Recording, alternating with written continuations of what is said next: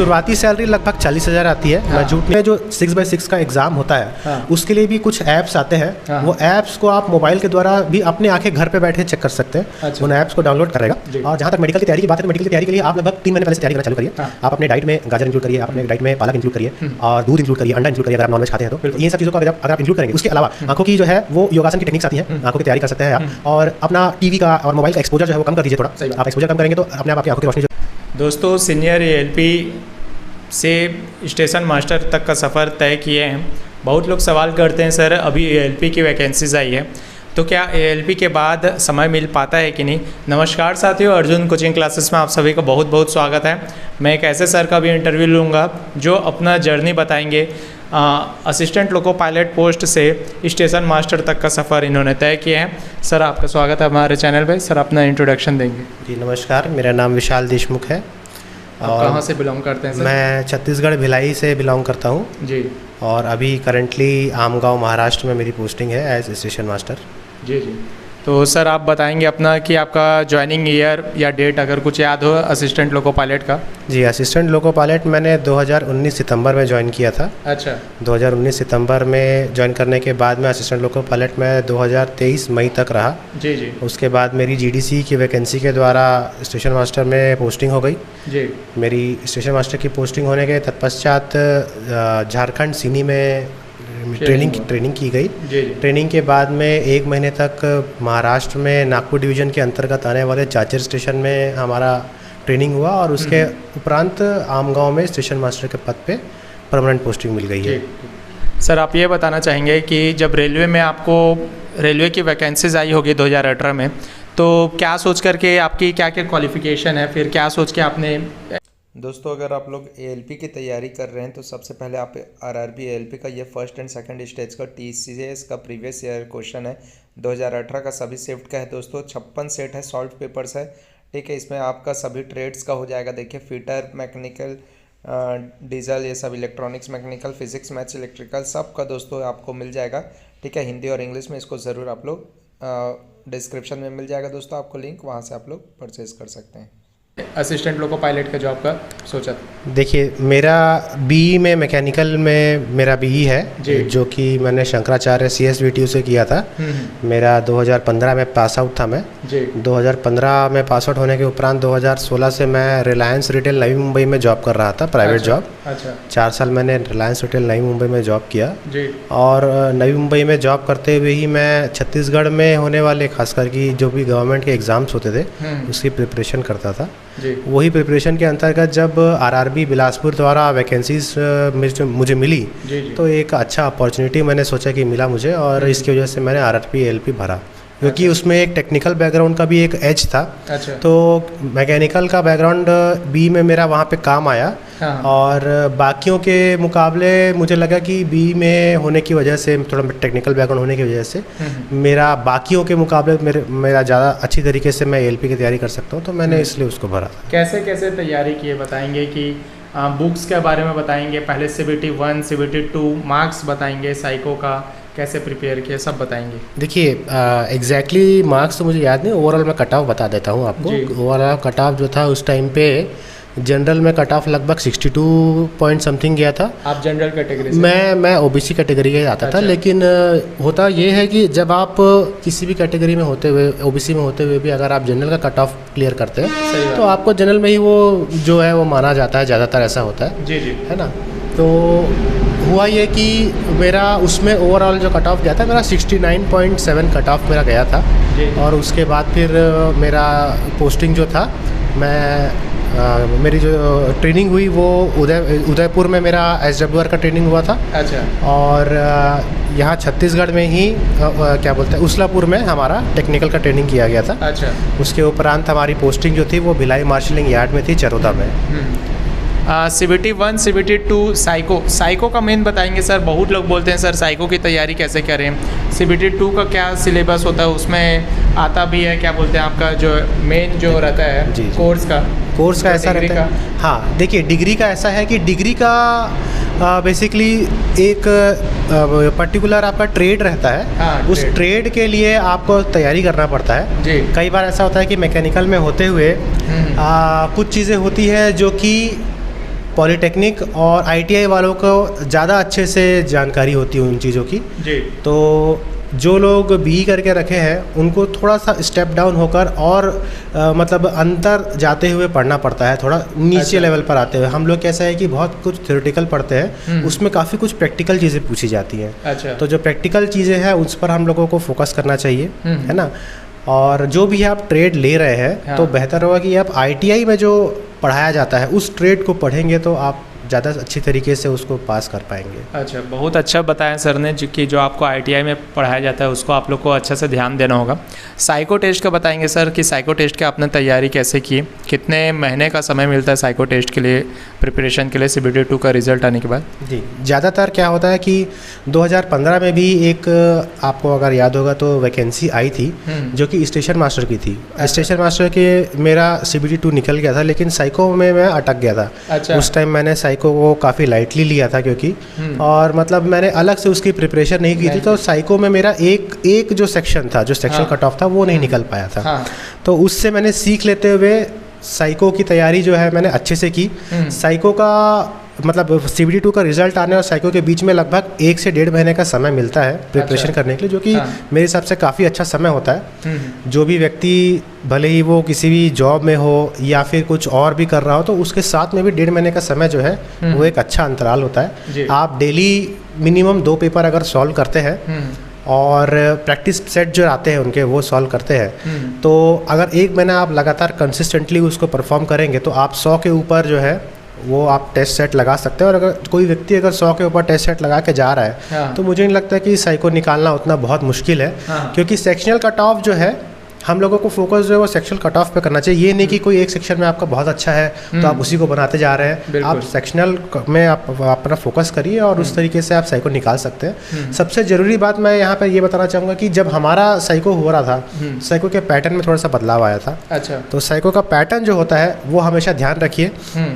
RDOCO की website पर latest pattern जो है वो सैंपल के तौर पर कुछ क्वेश्चन आ जाते हैं, आप उनको बेस बनाकर पढ़ाई करिए। और ये देखिए कि बाहर से जो भी एग्ज़ाम मतलब आपका जैसे टेस्ट पेपर वगैरह जो देते हैं, जो ऑनलाइन करवाते हैं, वो उसी पैटर्न में कौन सा जो है इंस्टीट्यूट है वो करवा रहा है। अच्छा। तो जो भी इंस्टीट्यूट करवा रहा है उसका आप ऑनलाइन एक टेस्ट सीरीज़ ले लीजिए। बहुत महंगा नहीं आता, 600-900 रुपये का आता है साइकोमेट्री का। उसको करिए, बढ़िया से सेट की तैयारी करिए हर दिन और अपना हाथ जमा लीजिए और आंखें जमा लीजिए कि जब आप लैपटॉप में या कंप्यूटर स्क्रीन पर देख रहे हैं तो आपको कैसा दिखेगा। क्योंकि ऑनलाइन पेन पेपर में सॉल्व करते हुए और सामने ऑनलाइन जब मतलब कंप्यूटर स्क्रीन पर आता है तो काफ़ी अंतर पड़ जाता है। तो इसी वजह से जब भी आप तैयारी कर रहे हैं किसी भी चीज़ की तो मैं बोलूँगा कि कंप्यूटर में रख कर आप उसकी तैयारी करेंगे तो आप ज़्यादा अच्छा रिजल्ट ला पाएंगे। बिल्कुल, ये चीज़ आपको बहुत इंपॉर्टेंट चीज़ बताया है कि साइको की खासकर तैयारी आप लोग मोबाइल पर ना करके लैपटॉप या सिस्टम पर, बिल्कुल लैपटॉप या फिर कंप्यूटर पर करिए तो आप ज़्यादा, और माउस पे अपना हाथ बैठा लीजिए। क्योंकि कई बार ऐसा होता है कि जब आप किसी एग्ज़ाम सेंटर में जाएंगे तो उस समय आपके घर जितना स्मूथ माउस आपको नहीं मिलेगा। तो आप तैयारी करके रखिए कि भाई मेरे को हो सकता है कि अच्छा माउस ना मिले, तो इसलिए आप अच्छे से उसकी तैयारी करेंगे तो आप बेहतर तरीके से परफॉर्म करेंगे। बिल्कुल। एक चीज़ और सर कि आप जैसे बताएं कि सिस्टम से आप हैबिचुअल रहेंगे तब आप ऐसा आपके दोस्त लोग के साथ हुआ कि अच्छा नंबर ला करके भी साइको क्लियर नहीं कर पाए हो, ऐसा आपका एक्सपीरियंस रहा होगा? तो मेरा खुद का पिछला बार का जो सेशन मास्टर का एक्सपीरियंस रहा था, उसकी वजह से मैंने सीख के मतलब ये किया। और मेरे कुछ फ्रेंड्स भी थे जिनका सेशन मास्टर हो गया था, मैंने उनसे भी जानकारी प्राप्त की कि भाई आपका कैसे निकला, आप क्या कारण से मतलब आपको लगता है कि क्या सही है क्या गलत है। तो उनका सलाह परामर्श लेकर मैंने अपनी तैयारी की थी। बिल्कुल। सर से आप पूछना चाहेंगे कि CBT 1 CBT 2 साइको के बाद इन्होंने मेडिकल की तैयारी के लिए कुछ विशेष किया कि क्या क्या सावधानी बरतें हैं मेडिकल से रिलेटेड, बताना चाहेंगे सर? और कैसा रहता है मेडिकल टेस्ट? मेडिकल में एक डर रहेगा। और जहाँ तक मेडिकल की तैयारी की बात है तो मेडिकल की तैयारी के लिए आप लगभग 3 महीने पहले से तैयारी करना चालू करिए। आप अपने डाइट में गाजर इंक्लूड करिए, आप अपने डाइट में पालक इंक्लूड करिए और दूध इंक्लूड करिए, अंडा इंक्लूड करिए अगर आप नॉनवेज खाते हैं तो। ये सब चीज़ों को अगर आप इंक्लूड करेंगे। उसके अलावा आँखों की जो है वो योगासन की टेक्निक्स आती हैं, आँखों की तैयारी कर सकते हैं आप। और अपना टीवी का और मोबाइल का एक्सपोजर जो है वो कम कर दीजिए थोड़ा। सही बात। आप एक्सपोजर कम करेंगे तो अपने आप आपकी आंखों की रोशनी जो रहेगी वो आती जाएगी। उसके अलावा समय पर सोइए, समय पर खाइए और आप अपना सेहत को बना के रखिए, जॉगिंग करिए, जाइए, एक्सरसाइज करिए। ये सब चीज़ों से आपकी ना केवल शरीर भी मजबूत होता है, उससे आपकी आंखें भी मजबूत होती हैं। सही बात। तो 3 महीने पहले से अगर आप तैयारी करते हैं और उसको लगातार करते रहते हैं तो मुझे लगता है कि आपका मेडिकल, अगर आप में कोई समस्या नहीं है तो मेडिकल के एग्ज़ाम के दिन भी आपको कोई समस्या नहीं आएगी। क्योंकि क्या होता है कि स्ट्रेस की वजह से भी कई बार समस्या उत्पन्न हो जाती है। हमारा हार्ट रेट जो है वो चेंज हो जाता है, हमारा बीपी अप डाउन हो जाता है, ब्लड शुगर अप डाउन हो जाता है। तो आप अगर 3 महीने पहले से आप तैयारी करते रहेंगे और मेडिकल में करिए, और जितने मीटर का उसमें जो डिस्टेंस लिखा रहता है उस डिस्टेंस में आकर आप लगा कर आप अपनी एक आंख को ढक कर देख सकते हैं, फिर दूसरी आंख को ढक कर देख सकते हैं। आपको खुद ब खुद वहाँ पहुँचने से पहले ही पता चल जाएगा कि मेरी आंख से मुझे दिख रहा है कि नहीं दिख रहा है। तो इस तरीके से आप उन ऐप का इस्तेमाल करिए। ऐप फ्री है, ऐप स्टोर में मिल जाएगा आपको। कुछ नाम याद है क्या सर आपको ऐप का? नाम तो मतलब ऐसा मुझे याद नहीं। आप ऐप में आई टेस्ट वाला जो ऐप डालेंगे तो आपको मिल जाएगा। उसमें इन्वर्टेड सी दिखाया जाता है, बेसिकली सी रहता है एक, जिसका एक मुंह खुला रहता है एक साइड से। तो वो वाला ऐप आप मिल जाएगा, फ्री में है वो, आप देख सकते हैं। कई ऐप है ऐसे, आप देख लीजिए। हर ऐप में लिखा रहता है कि आपको मोबाइल कितनी दूरी पर रखना है, उतनी दूरी पर आप रखिए और आंखों को बंद करके आप अपना खुद में घर बैठे टेस्ट कर सकते हैं। लगातार आप टेस्ट करते रहिए। मैं तो बोलूँगा कि 1 महीने पहले से आप अगर तैयारी करेंगे तो वहाँ पे जाके आपको हड़बड़ाहट नहीं होगी। बिल्कुल, सर ने बहुत अच्छा जानकारी दिया कि अगर आपको कुछ डाउट लग रहा है अपने आँख से रिलेटेड तो आप खुद से ऐप से इंस्टॉल करके उसमें चेक कर सकते हैं। बाकी जैसे बताया कि आप अपना आई का इम्प्रूवमेंट भी, विज़न इम्प्रूवमेंट कर सकते हैं एक्सरसाइज के थ्रू, और गाजर, पपीता, अनार या जो भी पालक वगैरह ऐसा अगर आप हरी सब्जी अच्छा खाते हैं तो भी इम्प्रूवमेंट की चांसेस रहते हैं। ठीक है, तो अब सर से जानेंगे कि मेडिकल स्टैंडर्ड के बाद फाइनल जब इनका सिलेक्शन हुआ उसके बाद फिर लोको पायलट की लाइफ कैसे रही, उसमें पेमेंट स्टार्टिंग सैलरी कितनी थी? देखिए 1900 ग्रेड पे जो है वो नौकरी लगती है लोको पायलट की, असिस्टेंट लोको पायलट में जी। और लोको पायलट की जो नौकरी है वो ऐसी है कि काफ़ी जो बड़ा हिस्सा होता है उसका वो मेन मतलब बेस सैलरी और ग्रेड पे के अलावा अलग तरीके से भी बनता है। जैसे कि एक होता है ओवर टाइम, एक होता है नाइट ड्यूटी अलावेंस और एक होता है माइलेज। ये जो 3 चीज़ें होती हैं इनका वेटेज जो है लोको पायलट की सैलरी में काफ़ी ज़्यादा होता है। अच्छा।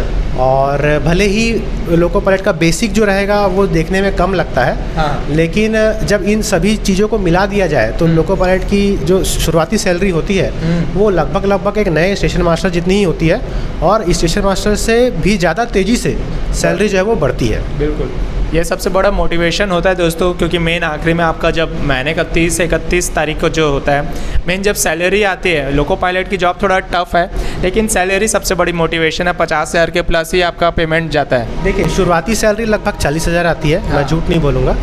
शुरुआती सैलरी 40,000 आने के बाद में 2 इंक्रीमेंट अगर हो जाता है आपका, 2 इंक्रीमेंट मतलब आपका जो 6 महीने में जो हमारा जो आता रहता है डीए इम्प्रूवमेंट वाला, 2 डीए इम्प्रूवमेंट हो जाने के बाद में आप लगभग 50,000 के करीब पहुँच जाएंगे, है ना। तो लोको पायलट की सैलरी का मैं ये बताना चाहूँगा कि 2 साल 3 साल काम कर लेने के बाद में आप सैलरी से ज़्यादा टैक्स के बारे में सोचना चालू कर देंगे। सच्चाई ये है। अच्छा,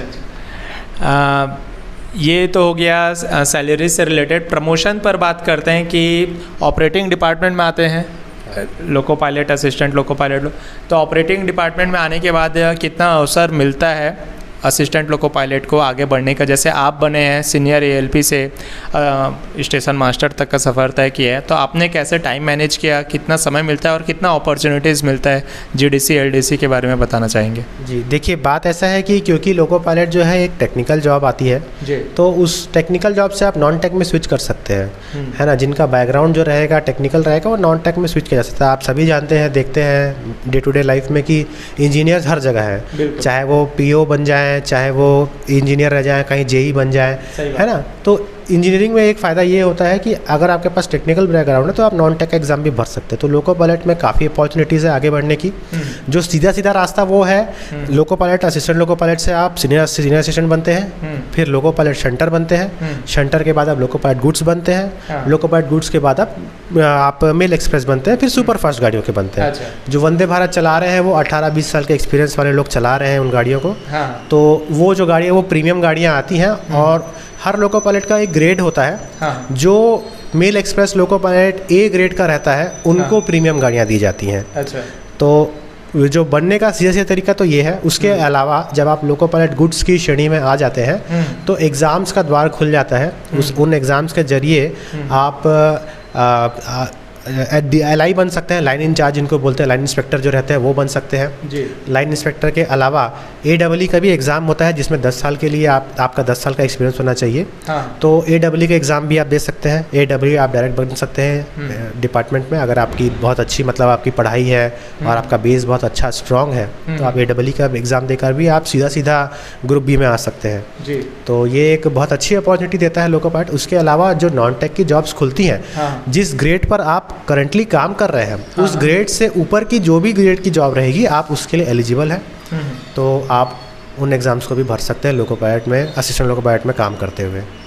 सर आप इसके बाद ये बताना चाहेंगे कि आपने कैसे टाइम मैनेज किया असिस्टेंट लोको पायलट की ड्यूटी के साथ? कितना टाइम मिल पाता है? क्या आप डेली बेसिस में 2 से 3 घंटा आप मैनेज कर पाते थे? कैसे होता था ड्यूटी? नहीं, देखिए बात ऐसी है कि टाइम मैनेजमेंट जो रहता है किसी भी असिस्टेंट लोको पायलट का, वो ज़्यादातर इस बात पे डिपेंड करता है कि वो किस लॉबी में काम कर रहा है।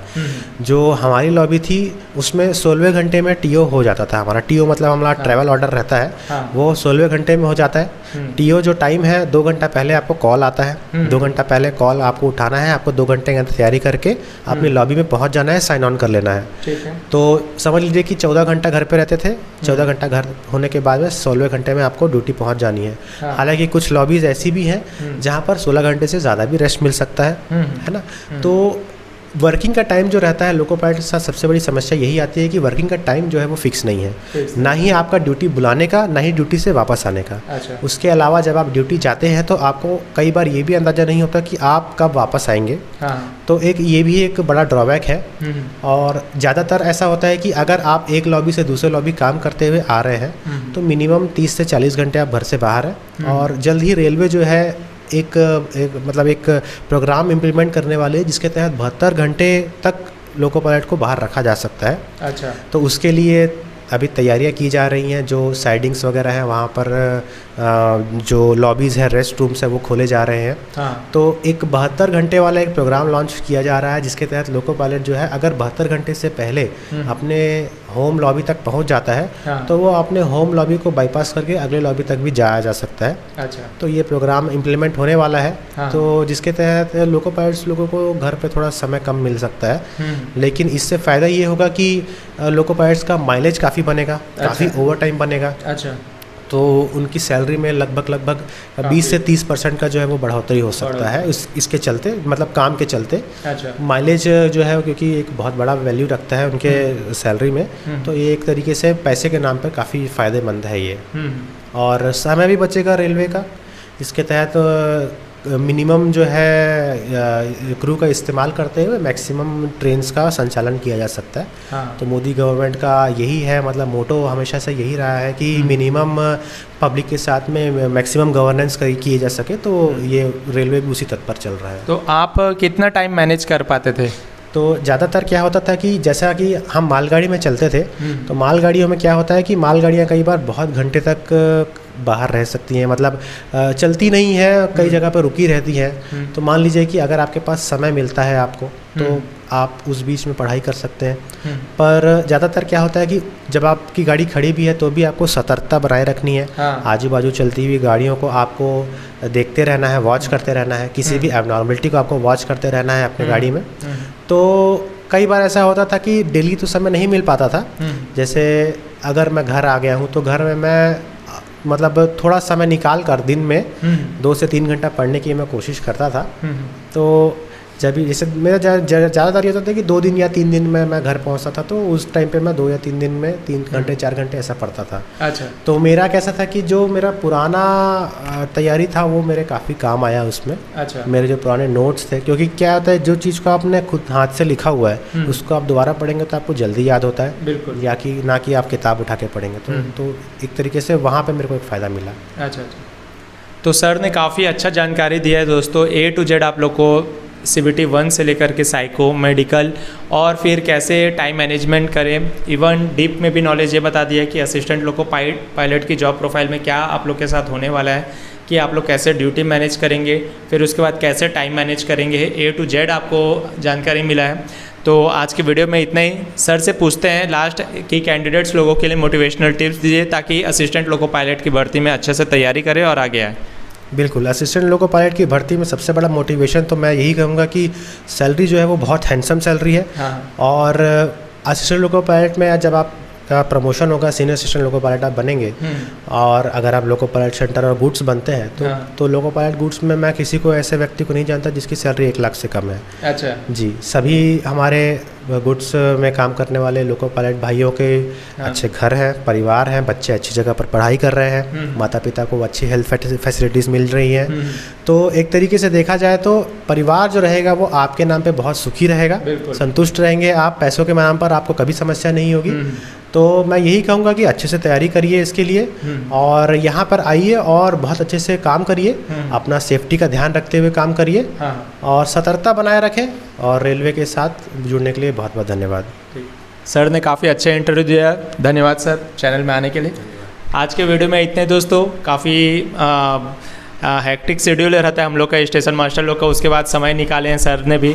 और आज का वीडियो इतने ही। वीडियो अच्छा लगता है तो ज़रूर शेयर करेंगे, और असिस्टेंट लोको पायलट और टेक्नीशियन का भी मैं इंटरव्यूज़ लाऊंगा। ओके दोस्तों, धन्यवाद। जय हिंद, जय भारत।